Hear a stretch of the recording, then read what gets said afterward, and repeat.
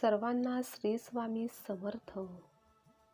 एक नारळ स्वामींना असा अर्पण करून पहा, तुमच्या सर्व इच्छा पूर्ण होतील.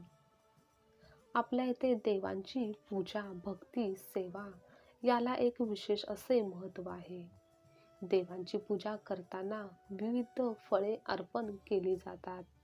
त्यामध्ये देवांच्या पूजेत नारळ अर्पण करणे हे खूप शुभ समजले जाते.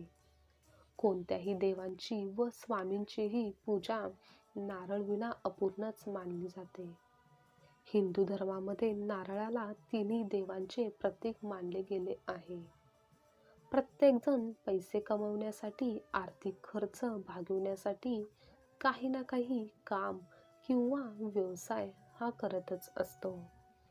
पैसे कमावून आपल्या कुटुंबाच्या गरजा पूर्ण करण्यासाठी मनुष्य धडपडत असतो. पण बऱ्याच व्यक्तींना पैसे कमवताना बऱ्याच अडचणी, समस्या ह्या येत असतात. ह्या व्यक्ती मेहनत व प्रयत्न देखील खूप करत असतात, पण त्यांना त्यांच्या कामामध्ये यश येत नाही. काही मार्ग सापडत नाही. कामाला चांगला प्रतिसाद मिळत नाही. तर त्यामागे अनेक गोष्टी, अनेक छोटी छोटी कारणे असतात, जी व्यक्तींच्या लक्षात येत नाहीत. त्या व्यक्तीकडून कळत नकळत होणाऱ्या चुका असतात. छोट्या छोट्या गोष्टींचा परिणाम त्या व्यक्तीच्या जीवनावर होत असतो व या चुका सुधारण्यासाठी, काही दोष असेल तर तो दूर करण्यासाठी काही उपाय असतात. त्यामधीलच एक खास उपाय म्हणजे नारळ.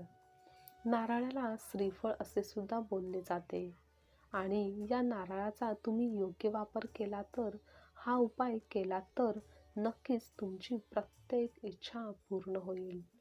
प्रत्येक कामामध्ये यश प्राप्ती होईल.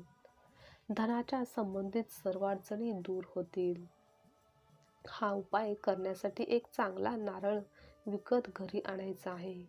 पण नारळ आणताना तो सोललेला नसावा.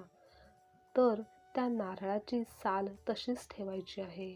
थोड्या पाण्याने तो स्वच्छ धुवून घ्यायचा आहे आणि जेथे स्वामींची मूर्ती किंवा फोटो असेल तेथे तो ठेवायचा आहे.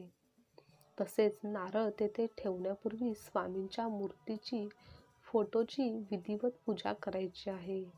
धूप दीप लावायचा आहे. नंतर श्री स्वामी समर्थ बोलत महाराजांना मुजरा करायचा आहे.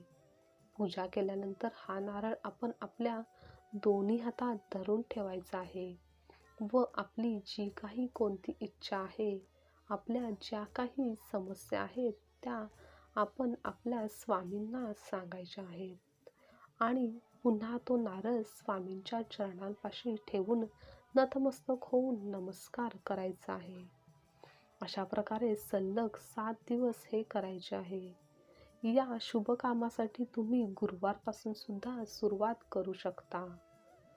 सलग 7 दिवस झाल्यानंतर आपल्याला हा नारळ पाण्यात प्रवाहित करायचा आहे. वाहत्या पाण्याला हा नारळ विसर्जित करायचा आहे.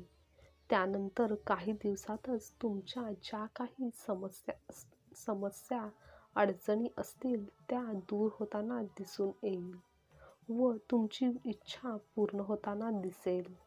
आर्थिक स्थिरता तुम्हाला लाभेल आणि त्याचबरोबर या दरम्यान तुम्हाला रोज स्वामींची पूजा, सेवा करायची आहे.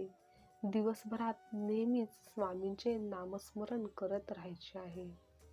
श्री स्वामी समर्थ. आजची माहिती तुम्हाला आवडली असेल तर लाईक करा, शेअर करा, कमेंट करा. अशीच माहिती नेहमी ऐकण्यासाठी चॅनलला सबस्क्राईब नक्की करा. श्री स्वामी समर्थ.